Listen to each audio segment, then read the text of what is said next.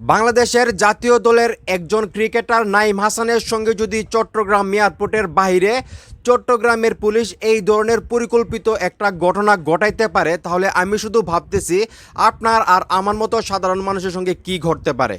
নাইম হাসান, যিনি বাংলাদেশ জাতীয় ক্রিকেট দলের একজন সদস্য, উনি অলরেডি 14টা ম্যাচ খেলছেন, যেখানে উনি 48টা উইকেট পাইছেন। সেই নাইম হাসানের সঙ্গে ডিবি পরিচয়ে চট্টগ্রাম পুলিশ যে ঘটনাটা ঘটাইছে, ওর উপর হাত তুলছে, ওনাকে যেভাবে হ্যারাসমেন্ট করা হয়েছে, সেই কথাগুলো শুনলে আপনাদের শরীরের পশম দাঁড়িয়ে যাবে।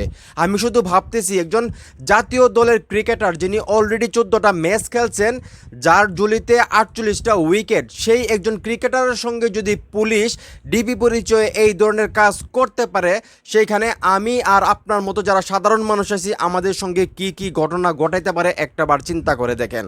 তো আমি সম্পূর্ণ ঘটনা আপনাদেরকে শোনাচ্ছি, তার আগে একটাই রিকোয়েস্ট, ভিডিওটা এত শেয়ার করবেন, সারা বাংলাদেশের প্রত্যেকটা মানুষ যেন দেখে ক্রিকেটার নাইম হাসানের সঙ্গে চট্টগ্রাম পুলিশ সবাই তো খারাপ না, যারা এই ঘটনাটা ঘটাইছে এইটা যেন সারা বাংলাদেশের মানুষ জানতে পারে। তো শুনুন নাইম হাসানের মুখ থেকে ওনার সঙ্গে কি ঘটনাটা ঘটছে, তো শুনুন। আমাকে লাঠি দিয়ে মারছে ভাই, লাঠি দিয়ে মারছে। ওই আমাকে মারা নাই, ওসি মারছে, ওসি মারছে। আমি বলছি আমি ন্যাশনাল টিমের প্লেয়ার, ইয়া বলছি যে এগুলো সবকিছু বলছি, শুনে নাই ভাইয়ারা। মানে চিন্তা করে দেখেন, উনি বলছে যে আমি বাংলাদেশ জাতীয় দলের একজন ক্রিকেটার। এই কথাটা বলার পরেও কিন্তু তারা শুনেন নাই, উল্টো উসি যেটা বলতেছে যে ওনাকে লাঠি দিয়ে মারছে। ওরে ভাই, চিন্তা করে দেখেন, সামনে আরো শুনেন কি বলতেছে।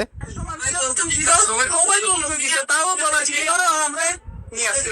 উনি আমাকে বলতেছে আসামি একটা কথা, তবে আমার তো সবাই পরিচয় দিছে, তাও বলা ছিল ধরে রাখছে। মানে চিন্তা করে দেখেন, উনি পরিচয় দিছে, ওনার সঙ্গে আরো লোকজন ছিল, তারাও পরিচয় দিছে যে উনি জাতীয় দলের ক্রিকেটার নাইম হাসান। তারপরেও ওনার উপর মানে অত্যাচার চালানো হয়েছে, ওনার গলায় মানে চিপা দিয়া ধরা হয়েছে। ভাই চিন্তা করে দেখেন, এটা তো অবশ্যই পরিকল্পিত আমার কাছে মনে হইতেছে। কেন নাইম হাসানের সঙ্গে এরকম করছে এটা তারাই ভালো বলতে পারবে। আর একটু সামনে আমরা শুনি ঘটনাটা। এখন জায়গা থেকে আসা পর্যন্ত কি হয়েছিল, এসে আর একটা বিজিবি হয়েছেন, ওইগুলো একটু যদি একটু সাইড দেবো।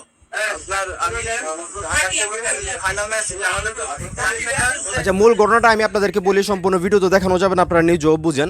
তো ব্যাপারটা হলো, নাইম হাসান হলেন বাংলাদেশ জাতীয় দলের একজন ক্রিকেটার। আমি যেটা বললাম, উনি অলরেডি 14টা ম্যাচ খেলছেন, যেখানে উনি 48টা উইকেট নিয়েছেন। তো গতকালকে উনি প্রিমিয়ার লিগ খেলে উনি চট্টগ্রামে মানে প্লেনে করে আসার কথা, কিন্তু ওনার যে ফ্লাইট ছিল সেটা একটু দেরি করছে। তো দেরি করে উনি আসলে চট্টগ্রামে পৌঁছায়। চট্টগ্রাম থেকে উনি এয়ারপোর্ট থেকে বের হয়ে সিএনজি নিয়ে উনি ওনার বাড়িতে যাওয়ার জন্য রওনা দেয়। তখনই ওনাকে আসলে 3-4 জন এসে ওনাকে আটক করে এবং ওনাকে অনেক কিছু জিজ্ঞেস করে। উনি পরিচয় দেয় ওনার যে উনি জাতীয় দলের ক্রিকেটার নাইম হাসান। তারপরে ওনাকে জোর করে অন্য একটা গাড়িতে তুলে ওনাকে মারধর করে শেষ পর্যন্ত ওনাকে আসলে থানায় নিয়ে নেওয়া হয়। তো ওনার সঙ্গে আর অনেকেই ছিল যারা নাকি পরিচয় দিয়েছে যে উনি আসলে ক্রিকেটার, উনি কোনো খারাপ কাজ করে নাই। তারপরও নাকি কেউ কোনো কথা শুনে নাই, উল্টো ওনাকে আসলে আরও মানে মারধর করা হয়েছে, সেটা ওনার মুখ থেকে শুনলেন। তো পরবর্তী সময়ে কিন্তু এখন যেটা জানা যাচ্ছে, ওনাকে যারা এই কাজগুলো করছিল, যখন ভিডিও ভাইরাল হয় এবং ওনার মোবাইলও নিয়ে নেওয়া হয়েছিল, যখন উনি মোবাইল হাতে পায় তখন নাকি সর্বপ্রথম বর্তমান বিসিবির যে বস আছে তামিম ইকবাল খান, ওনাকে ফোন দেয়।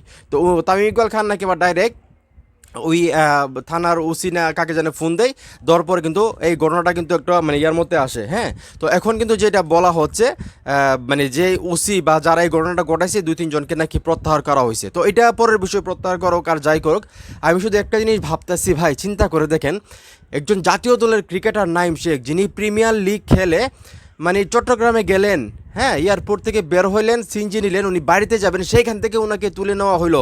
উনি বারবার পরিচয় দিল যে আমি ক্রিকেটার বাংলাদেশ জাতীয় দলের, কিন্তু কেউ কোনো কথা শুনে নাই। ওনাকে উল্টো আরও আঘাত করা হয়েছে, আঘাতের পর আঘাত, ওনাকে গলায় চিপ দেওয়া ধরা হয়েছে। তারপর লাস্ট পর্যায়ে আসলে মানে কোনো দিশ বিদিশ না দেখে ওনাকে থানায় নেওয়া হয়েছে এবং থানায় নেওয়া হওয়ার পর কিন্তু ওনার জানটা বাঁচছে। এমনও হইতে পারতো ওনাকে গুম করে হয়তো বা টাকা পয়সা চাইতে পারতো বা অনেক ধরনের ঘটনা ঘটতে পারতো, যেগুলো আমরা আমাদের বাস্তব লাইফে দেখতেছি, অনেক এই ধরনের ঘটনা ঘটতেছে। তো সেইখান থেকে ওনার কপাল ভালো বলতে হবে যে ওনাকে থানায় নেওয়া হয়েছে এবং সেইখান থেকে ওনার যে আইডেন্টিফাই এই জিনিসগুলো জানতে পারছে, ওনার বাড়ি ঘরের মানুষ গেছে, ওনাকে আসলে সেভ করছে। তো ভাই চিন্তা করে দেখেন, আমি শুধু ভাবতেছি যে সাধারণ মানুষের সঙ্গে যদি এই ঘটনাটা ঘটতো আজকে কি হইতো, ঠিক না? উনি একজন জাতীয় দলের ক্রিকেটার, ওনার ভালো একটা এবিলিটি আছে, সেই জন্য ওনার জন্য মানুষ গেছে, কথা বলছে, সরাসরি ওনার জন্য গিয়ে সেটা প্রতিবাদ করছে। আজকে যদি সাধারণ কোনো মানুষ হইতো, আপনি আমি হইতাম, আমাদের জন্য কে যেত থানায়, কে গিয়ে কথা বলতো, প্রতিবাদ করতো? ভাই চিন্তা করে দেখেন। তো নাইম শেখের সঙ্গে যে ঘটনাটা ঘটছে শুনলাম তাদেরকে প্রত্যাহার করা হয়েছে। আসলে প্রত্যাহার জিনিসটা শুনলে আমার খুবই মেজাজ খারাপ হয়। প্রত্যাহার কই দিনের জন্য করছে, কই ঘন্টার জন্য করছে, এটা আসলে আমার জানা থাকে না। হয়তো বা 2 দিন পরেই তারা আবার তাদের দায়িত্বে আইসা পড়বে। তো আমি চাই এটার সুষ্ঠু তদন্ত হোক। সুষ্ঠু তদন্ত করার পর আসলে যারা এই কাজটা করছে উদ্দেশ্যমূলকভাবে যদি হয়ে থাকে তাহলে তাদেরকে যেই মানে সবচেয়ে বড় যেই সাজাটা আছে সেটা দেওয়া হোক, যাতে আর কোনো পুলিশ কর্মকর্তা এই ধরনের কোনো ন্যাক্কারজনক ঘটনা না ঘটাইতে পারে। আমি যেটা দাবি জানাইতেছি একজন সাধারণ মানুষ হিসেবে। তো এখন এই মুহূর্তে যারা আমার এই ভিডিও দেখতেছেন আপনারা আসলে এই বিষয়টা নিয়ে কী বলবেন, যে নাইম হাসান একজন ক্রিকেটার, ওনাকে যেইভাবে আসলে এয়ারপোর্ট থেকে তুলে নেওয়া হলো, উনি পরিচয় দেওয়ার পরও সেই পরিচয়টা মানে জানার পরও ওনার সঙ্গে যেইভাবে আসলে ব্যবহার করা হইলো এটা আসলে কতটা যৌক্তিক, এবং যেই পুলিশ আসলে এই কাজগুলো করছে তাদেরকে প্রত্যাহার করা হয়েছে, আসলে প্রত্যাহারে কি আসলে মানে বিচার নাকি, মানে আপনারা কি চান আসলে এই জিনিসগুলো আমি আসলে মাথায় আসে না। আপনাদের কাছে আমি প্রশ্ন রাখতে চাই, যারা ইচ্ছাকৃতভাবে এই মানে এই দুর্ঘটনাটা ঘটাইছে তাদের সঙ্গে কি বিচার হওয়া উচিত বলে আপনারা মনে করেন সেটা অবশ্যই কমেন্ট করে জানাবেন। এবং আমি যেটা বললাম ভিডিওটা এত শেয়ার করবেন যাতে সারা বাংলাদেশের মানুষ ভিডিওটা দেখে এবং তাদের কর্মকাণ্ড চট্টগ্রাম পুলিশের যারা এই ঘটনাটা ঘটাচ্ছে তাদের কৃতকর্মের যে আমলনামাটা যাতে সবাই দেখতে পারে। তো যাই হোক, ভিডিওটা এখানে শেষ করতেছি। সবাই ভালো থাকবেন। আসসালামু আলাইকুম।